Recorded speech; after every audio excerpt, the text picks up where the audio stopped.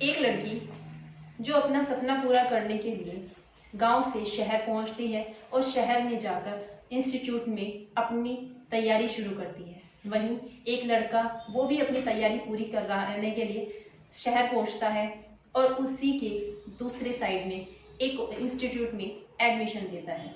दोनों एक दूसरे से अनजान थे, दोनों एक दूसरे को नहीं जानते थे। दोनों का सफ़र एक ही बस से रोजाना तय होता था। एक दिन लड़की को जब सीट नहीं मिलती बस में, तो वो लड़का खड़ा हो जाता है और उसको बस में सीट दे देता है, जिस पर दोनों एक दूसरे को देख के मुस्कुराते हैं और दोनों आपस में बात करनी शुरू करते हैं। जब रोजाना का बात करना उनका शुरू होता है तो उनकी दोस्ती हो जाती है, और दोस्ती के बाद जब उनकी दोस्ती प्यार में बदलती है तो काफ़ी दिनों तक ये दोस्ती प्यार में रहती है और दोनों लिव इन रिलेशनशिप में रहना शुरू कर देते हैं। कुछ दिनों बाद लड़के के परिवार वाले उस पर शादी का दबाव बनाते हैं, जिस पर वो लड़की के बारे में अपने परिवार वालों को नहीं बताता और परिवार वाले उसके लिए एक लड़की देखने चले जाते हैं। जो लड़की पसंद करके आते हैं और शादी की तय डेट फिक्स कर देते हैं। जब शादी की डेट फिक्स हो जाती है तब भी लड़का उस लड़की को अपनी शादी के बारे में नहीं बताता।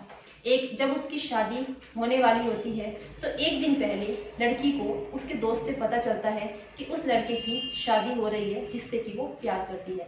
लड़की उस लड़के को फ़ोन करती है और फ़ोन करने के बाद काफ़ी ज़्यादा गुस्से में बात करती है, जिस पर लड़का उसे शांत होने के लिए बोलता है और मिलने के लिए बुलाता है। जब लड़की रात को उससे मिलने आती है तो उसके बाद जो उनके बीच बात हुई और जो लड़के ने कदम उठाया उसे सुनकर आप सब हैरान और परेशान हो जाएंगे। आदाब, नमस्कार, सत श्री अकाल। आज की जो सच्ची घटना मैं आपको सुनाने जा रही हूँ, ये सच्ची घटना है राजधानी दिल्ली की। निक्की लड़की है जिसकी उम्र 22 वर्ष है। उसके पिता सुनील जो कि झज्जर के रहने वाले हैं। गुरुग्राम में मोटर पार्ट्स का उनका काम है। निक्की जो डॉक्टर बनना चाहती है, उसने 12वीं की पढ़ाई झज्जर से की है और उसके बाद वो हायर एजुकेशन के लिए बाहर जाना चाहती थी, जिसमें वो दिल्ली के उत्तम नगर में एक आकाश इंस्टीट्यूट है उसमें आकर अपनी पढ़ाई की तैयारी करनी शुरू करती है। और रोजाना झज्जर से उत्तम नगर तक का सफ़र वो बस से तय किया करती थी। वहीं साहिल गहलोत जो नजफगढ़ के मित्राऊ गांव का रहने वाला है, 24 साल उसकी उम्र है। ये एसएससी की तैयारी कर रहा है और एसएससी की तैयारी करने के लिए ये भी उत्तम नगर आता है और दूसरे इंस्टीट्यूट में अपनी तैयारी शुरू करता है। दोनों एक ही बस से रोजाना आते जाते थे। एक दिन जब निक्की को बस में सीट नहीं मिलती तब साहिल गहलोत उसे सीट दिलवाता है और दोनों एक दूसरे से बात करनी शुरू करते हैं और ये बात उनकी दोस्ती में बदल जाती है। जब ये बात दोस्ती में बदलती है तो इसको प्यार में बदलने में वक्त ही नहीं लगता और दोनों एक साथ बस से आना जाना सफ़र तय करते हैं। 2018 की ये बात थी जब ये दोनों मिले थे। 2019 आ जाता है, इनके प्यार को 1 साल हो जाता है। 2019 में जब निक्की अपनी डॉक्टर की पढ़ाई जो कर रही थी उसका टेस्ट पास नहीं कर पाती और उधर साहिल गहलोत वो भी अपनी एसएससी की तैयारी कर रहा था, वो भी अपने टेस्ट को पास नहीं कर पाता। जब साहिल गहलोत और निक्की दोनों ही ग्रेटर नोएडा के गलगोटिया यूनिवर्सिटी में एडमिशन लेते हैं। साहिल गहलोत बी फार्मा में एडमिशन लेता है और निक्की बीए इंग्लिश ऑनर्स में एडमिशन लेती है। लेकिन घर से ग्रेटर नोएडा काफ़ी ज़्यादा दूर पड़ता था। रोजाना उस सफ़र को तय करना नामुमकिन था, क्योंकि रोज़ आना जाना और पढ़ाई को कंप्लीट करना वो काफ़ी ज़्यादा मुश्किल होता, जिसके कारण दोनों ग्रेटर नोएडा में ही रहना शुरू कर देते हैं। ग्रेटर नोएडा में जब ये रहते हैं तो ये एक फ्लैट लेते हैं और वहाँ पर लिव इन रिलेशनशिप में रहना शुरू करते हैं। इनके परिवार वालों को इस बात की खबर नहीं थी कि ये दोनों एक साथ रहते हैं। उधर निक्की के पिता सिर्फ ये सोचकर उसको बाहर भेज रहे थे कि वो एक कुछ करने के लिए बाहर जाए, कुछ अच्छा करे, लेकिन उनके पिता को नहीं पता था कि वो एक लड़के के साथ में वहाँ पर रह रही है। निक्की आए दिन अपने घर जाती रहती थी और रोज़ाना फ़ोन पर बात किया करती थी। उधर साहिल गहलोत भी अपने घर में रोज़ाना फ़ोन करता था और बात किया करता था और बीच बीच में अपने घर दोनों आया जाया करते थे। जब 2019 से 2020 आता है, 2020 मार्च में जब कोरोना आता है, तो कोरोना के आने के बाद सारे कॉलेज, यूनिवर्सिटी सब कुछ बंद हो जाते हैं, जिसके कारण दोनों को अपने घर वापस लौटना पड़ता है और ऑनलाइन क्लासेस लेनी पड़ती है। जब दोनों घर जाते हैं, उसके बाद भी दोनों की पढ़ाई ऑनलाइन होती है और दोनों आपस में फ़ोन के जरिए बात किया करते थे। जब 2022 में कोरोना का दौर थमा, तब स्कूल और यूनिवर्सिटी खुल जाती हैं और ये दोबारा से बाहर निकलते हैं।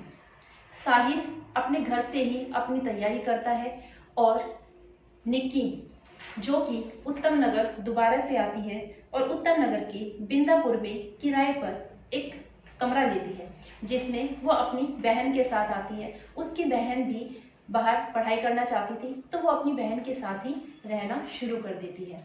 2022 में साहिल के परिवार वाले साहिल को शादी के लिए दबाव बनाते हैं, लेकिन साहिल हमेशा शादी की बात को टाल जाता है। लेकिन शादी की बात को वो कब तक टालता, क्योंकि उसने निक्की के बारे में अपने परिवार में किसी को बताया ही नहीं था और यही बात निक्की ने अपने परिवार में किसी को भी नहीं बताई थी। लेकिन दिसंबर 2022 में साहिल के परिवार वाले एक लड़की देख कर आते हैं और साहिल का रिश्ता उससे पक्का कर देते हैं और उसकी शादी की डेट 9 और 10 फरवरी निकालते हैं। 9 तारीख को साहिल की सगाई होनी थी और 10 तारीख को उसकी शादी। लेकिन डेट निकलने के बाद भी साहिल निक्की को नहीं बता रहा था कि वो शादी के बंधन में बंधने जा रहा है और उसकी शादी है। लेकिन जब निक्की फरवरी में वैलेंटाइन डे की तैयारी के लिए गोवा जाने का प्लान बनाती है, तो वो गोवा की टिकट बुक करती है। वो फ्लाइट से जाने की सोचती है, लेकिन साहिल की फ्लाइट की टिकट बुक नहीं होती, जिसके कारण वो बस से जाने की सोचती है। लेकिन 9 तारीख के सुबह निक्की को अपने दोस्त के द्वारा पता चलता है कि साहिल की 9 तारीख को सगाई हो चुकी है और कल उसकी शादी है। जब निक्की को इस बात का पता चलता है, तो निक्की काफ़ी ज़्यादा हैरान हो जाती है और काफ़ी ज़्यादा गुस्से से भर जाती है और साहिल को फ़ोन लगाती है। जब वो साहिल को फ़ोन लगाती है, तो साहिल उसे शांत करता है, लेकिन निक्की काफ़ी ज़्यादा गुस्से में थी। उससे इस बात का गुस्सा था कि उसने उसे अपनी शादी के बारे में क्यों नहीं बताया, जबकि वो दोनों एक दूसरे से प्यार करते हैं, लिव इन रिलेशनशिप में रह रहे हैं और वो उससे शादी करना चाहती थी। जब साहिल निक्की को कहता है कि मैं तुमसे रात में मिलूंगा और तुम्हारे पास आऊँगा, जिस पर निक्की शांत होती है और झूठ बोलकर साहिल अपने घर से रात को निकल जाता है। जब साहिल बिंदापुर में उत्तम नगर पहुंचता है, तो वो निक्की को फ़ोन करता है और बाहर बुलाता है। निक्की अपनी बहन निधि को लेकर बाहर आती है और निधि की मुलाकात साहिल से करवाती है और उसका फ़ोन नंबर भी निधि को दे देती है और निधि को बताकर निक्की निकलती है कि वो उत्तराखंड और मनाली घूमने के लिए जा रही है। जब दोनों के दोनों साहिल और निक्की वहाँ से निकलते हैं, तो सबसे पहले वो दोनों आनंद विहार जाते हैं। जब आनंद विहार पहुँचते हैं, तो उन्हें पता चलता है कि वहाँ से उत्तराखंड और हिमाचल की बसें नहीं जाती। उन्हें दोनों को कश्मीरी गेट से वो दोनों बस मिल जाएंगी। वो दोनों अपनी कार से कश्मीरी गेट पहुंचते हैं और कश्मीरी गेट पहुंचने के बाद साहिल के परिवार वालों का साहिल के पास फ़ोन आता है और फ़ोन आने के बाद साहिल अपने परिवार वालों से बात करता है और साहिल के परिवार वाले उसको दबाव बनाते हैं कि शादी से पहले की जो रस्में हैं, उससे पहले वो कहाँ गायब हो गया है, वो तुरंत घर पे आ जाए। लेकिन जब साहिल के सामने निक्की खड़ी थी और निक्की उस बात को सुनती है, तो वो काफ़ी ज़्यादा गुस्सा होती है। फ़ोन कटने के बाद वो साहिल को आत्महत्या करने के लिए बोलती हैं कि हम दोनों जब साथ जी नहीं सकते तो हम साथ मर जाते हैं। लेकिन इस बात पर साहिल तैयार नहीं होता और निक्की पर गुस्सा करता है। निक्की उसके परिवार वालों को उल्टे बातें बोलना शुरू करती है। जब वो अब उस साहिल के परिवार वालों को अपशब्द बोलती है, तो साहिल का गुस्सा सातवें आसमान पर होता है। वो दोनों कार में बैठते हैं और साहिल को कुछ भी समझ नहीं आता। उसकी कार में मोबाइल चार्ज करने वाला चार्जर की डाटा केबल थी, जो वो बिना कुछ सोचे समझे निक्की के गले में बांध देता है और इतना टाइट कसता है कि जिससे कि निक्की काफी ज्यादा तड़पने शुरू हो जाती है और वो अपने आप को बचाने की कोशिश करती है। लेकिन साहिल ने उस डाटा केबल को इतना टाइट पकड़ा हुआ था कि वो उसमें हाथ डालकर उस नहीं निकाल पाती और अपने आप को नहीं बचा पाती। देखते ही देखते निक्की की सांसें थम जाती है, जिसे देखकर काफी ज्यादा साहिल परेशान हो जाता है और एकदम से डर जाता है कि ये उसके हाथों क्या हो गया। उसे कुछ समझ नहीं आया, जिसे सोचकर वो कार की सीट बेल्ट को निक्की को बांधता है और उसको लेटने की पोजीशन में लेकर उसे वहां से लेकर निकल जाता है। जब ये वाकया हुआ तो रात के 1 बजे हुए थे। वो वहां से निकलता है। वो इतना बौखलाया हुआ था कि उसे समझ नहीं आया। उसने 2 से 3 घंटे कार को पूरी दिल्ली में घुमाया, लेकिन उस समय वहां पुलिस वाला कोई नहीं था जो उसकी कार की तलाशी लेते। जब इस बात की उसे होश आता है कि उसके हाथों उसी की प्रेमिका का मर्डर हो गया है, तो वो उसे अपनी शादी की बात याद आती है कि आज 10 तारीख है और आज मेरी शादी है। तभी वो कश्मीरी गेट से मित्राऊ, जो कि 40 किलोमीटर पड़ता है, वहां निकलता है। और वहां निकलने के बाद साहिल गहलोत, जिसका ढाबा मित्राऊ से कैर गांव की तरफ जो जाने वाला रास्ता है उसके कोने पर पड़ता है, वो वहां पर जाता है, जो कि शादी की वजह से बंद पड़ा हुआ था। उसको खोलता है, कार को अंदर पार्क करता है और वहां जाकर सोचता है कि अब इस लाश का क्या करूं। जब वो देखता है तो वहां पर देखने के बाद उसे फ्रिज नजर आता है, जो कि उसे श्रद्धा मर्डर केस की याद दिला रहा था। जब वो वहां जाता है, उस फ्रिज को खोलता है और देखता है कि ये 2-3 दिन से बंद पड़ा हुआ है। तब वो निक्की की लाश को खींचते हुए फ्रिज तक लेकर आता है और फ्रिज में उसकी लाश को ठूस देता है। जब वो उसकी लाश को फ्रिज में ठूसता है तो गेट बंद करके उसको रस्सी से कवर कर देता है और जो निक्की का सारा सामान था उस को एक बैग में भरता है और उस ढाबे में ही छोड़ देता है। उसके बाद वो निक्की के फोन को स्विच ऑफ करता है और अपने पास रख लेता है और अपने घर की तरफ निकल जाता है। उसके घर की दूरी ढाबे से 700 मीटर की थी, जो वो तय करता है। सुबह के समय जब वो पहुंचता है अपने घर, तो घर वाले ये सोचकर उसे कुछ नहीं कहते कि शादी से पहले लड़के अपनी पार्टी करते हैं, दोस्तों के साथ घूम कर आया होगा। लड़के के घर वाले शादी की रस्मों में बिजी हो जाते हैं और शाम की बारात की जो रस्में थी उसको पूरी करने में लग जाते हैं। इधर निक्की के पिता, जो निक्की के फोन का इंतजार कर रहे थे, 9 तारीख के बाद 10 तारीख आ जाती है, उसका फोन नहीं पहुंचता। उधर साहिल अपनी शादी के लिए बहादुरगढ़ पहुंचता है और 7 फेरे लेता है और 7 फेरे के टाइम पे उसे निक्की की याद आ रही होती है, लेकिन वो फिर भी 7 फेरे लेता है और दुल्हन को अपने घर, जो कि ढाबे से 700 मीटर की दूरी पर उसका घर था, वहां लेकर आता है और अपनी रस्मों में बिजी रहता है। 11 तारीख की भी पूरा दिन निकल जाता है। जब फोन नहीं जाता निक्की का उसके पिता के पास, तो उसके पिता काफी ज्यादा परेशान होते हैं और अपनी बेटी को फोन करते हैं, लेकिन उधर निधि का फोन स्विच ऑफ था, जिसके कारण वो परेशान होकर अपनी छोटी बेटी निधि को फोन करती है।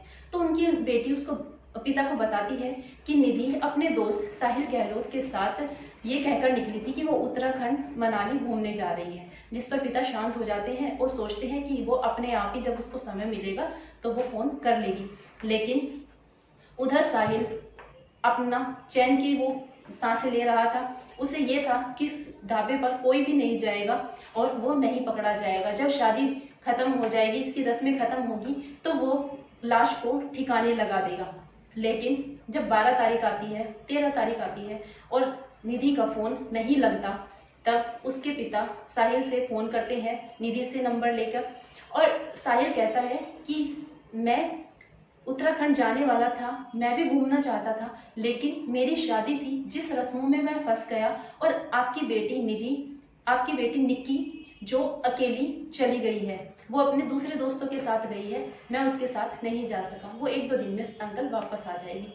इस पर निक्की के पिता फिर से शांत हो जाते हैं। लेकिन 14 तारीख को अचानक से एक ऐसे व्यक्ति का फोन जाता है क्राइम ब्रांच में, जो अपना नाम खोलना नहीं चाहता, और वो बताता है कि साहब, वो क्राइम ब्रांच के अधिकारी को फ़ोन करता है और बताता है कि साहब, साहिल गहलोत नाम का एक लड़का जिसकी शादी 10 तारीख को थी, उसकी एक दोस्त है निक्की, जो 4 साल से उसकी दोस्त है, लेकिन वो अभी उसके साथ नहीं दिखाई दे रही। तो उसमें पुलिस अधिकारी कहता है तो इसमें बड़ी बात क्या है, वो उसकी दोस्त है, मिल जाएगी। तो कहता है साहब, ये बड़ी बात नहीं है। साहिल गहलोत को जो उसका ढाबा है, जो काफ़ी दिनों से बंद है, उसमें देखा गया है। मुझे शक है कि उसकी दोस्त उसमें उसके साथ कुछ गलत किया गया है। तब क्राइम ब्रांच का जो अधिकारी था वो अपने उच्च अधिकारी को फ़ोन करता है और कहता है कि साहब, वहाँ पर मित्राओं के गांव में ऐसा कुछ मामला सामने आया है। तब उच्च अधिकारी तुरंत ही अपनी कई टीमों को इकट्ठा करता है और मित्राओं गांव में ढाबे पर पहुंचता है। जब वो ढाबे में पहुंचते हैं तो ढाबे में पहुंचने के बाद उनकी नज़र फ्रिज पर पड़ती है, जो कि 2 केस पहले भी हो चुके हैं, जिसमें फ्रिज एक ऐसा वो बन गया है जिसे देखकर सबसे पहला शक पुलिस का फ्रिज पर ही जाता है। जब पुलिस फ्रिज के पास जाती है तो सबसे पहले वो फ्रिज खोलती है। फ्रिज खोलते ही पुलिस देखती है कि निक्की की लाश नीचे गिर पड़ती है। जब पुलिस की लाश नीचे गिरती है तो पुलिस भी काफ़ी हैरान होती है और उसकी लाश को राव तुलाराम अस्पताल में लेकर जाती है। और जब पता चलता है कि ये लाश निक्की की है तो निक्की के पिता को फ़ोन लगाया जाता है और उनको बताया जाता है कि आप पुलिस स्टेशन आ जाइए। जब निक्की के पिता पुलिस स्टेशन आते हैं तो पुलिस उन्हें लेकर राव तुलाराम हॉस्पिटल में लेकर जाती है और उस लाश की पहचान के लिए उनसे कहती है। निक्की के पिता लाश को देखते ही उसकी पहचान अपनी बेटी के रूप में करते हैं, जिसका नाम निक्की है। और वो काफ़ी ज़्यादा परेशान होकर पूछते हैं कि मेरी बेटी अभी कुछ ही दिन पहले मेरे जो घर पे आई थी और मेरे साथ रह के गई है। वो काफ़ी ज़्यादा रोना शुरू कर देते हैं, लेकिन वो पूछते हैं कि पुलिस वाले उसके पिता से पूछते हैं कि आपने रिपोर्ट दर्ज क्यों नहीं करी। तो वो कहते हैं कि मेरी बेटी घूमने गई थी, जिसके कारण मुझे नहीं पता था कि उसके साथ कुछ ऐसा घटने वाला है। मैंने उसके दोस्त को भी फ़ोन किया था, साहिल को, लेकिन उसने कहा कि वो उसके साथ नहीं है। मेरी बेटी ने बताया था कि आखिरी बार साहिल के साथ ही निक्की निकली थी, जिस पर साहिल को पुलिस ढूंढती है, साहिल के घर पहुंचती है, लेकिन किस शादी की रस्मों के बाद वो किसी रिश्तेदार के यहाँ गए थे, जिस पर साहिल के घर पर कोई भी नहीं मिलता। आसपास के से पूछने पर पता चलता है कि साहिल किसी काम से और अपने पूरे परिवार के साथ गया हुआ है। तब पुलिस साहिल के घर के आसपास ही छुप जाती है। जैसे ही साहिल घर पहुंचता है, पुलिस उसको पकड़ लेती है और पुलिस जब उसे बताती है कि निक्की की लाश मिल चुकी है तो साहिल काफ़ी ज़्यादा हैरान हो जाता है और वो कुछ भी बहाना बनाने के लिए नहीं सोच पाता। वो ये सोचता है कि जब लाश मिली गई है तो अब वो पकड़ा गया और अब उसके पास आगे कहने के लिए कुछ भी नहीं है। तब वो पुलिस को बताता है कि साहब, 2018 से हमारी दोस्ती थी, हम एक दूसरे से प्यार करते थे, लिव इन रिलेशनशिप में हम रहते थे, लेकिन मेरे परिवार वालों ने शादी का दबाव बनाया, जिससे पर मुझे शादी करनी पड़ी। लेकिन इस बात से निक्की काफ़ी ज़्यादा गुस्से में थी और उसने मेरे परिवार वालों को अपशब्द कहने शुरू करे, जिस पर मुझे काफ़ी ज़्यादा गुस्सा आया और वो मुझ पर शादी का दबाव बना रही थी। पहले उसने हमें आत्महत्या करने के लिए कहा, जिसके लिए मैंने मना कर दिया। जब मुझे गुस्सा आया तो मुझे कुछ नहीं सूझा और मैंने कार में पड़ी हुई डाटा केबल से उसके गले को दबा दिया। साहिल गहलोत ने अपना जुर्म कबूल कर लिया है और निक्की के पिता चाहते हैं कि उसे फांसी की सज़ा सुनाई जाए। दोस्तों, प्यार अंधा होता है, ये सुना है, लेकिन इतना भी अंधा मत बनाओ कि एक लड़की जो प्यार कर रही है उसके साथ ऐसा कुछ किया जाए। बस इस कहानी से मैं आप लोगों को यही कहना चाहूँगी कि कुछ भी कदम उठाओ तो अपने परिवार वालों को बताकर उठाओ। दोस्तों, इस पूरे घटनाक्रम को सुनाने का उद्देश्य आपको परेशान करना नहीं है, आपको दुखी करना नहीं है, बल्कि आपको जागरूक करना है, आपको सचेत करना है। जय हिंद, जय भारत।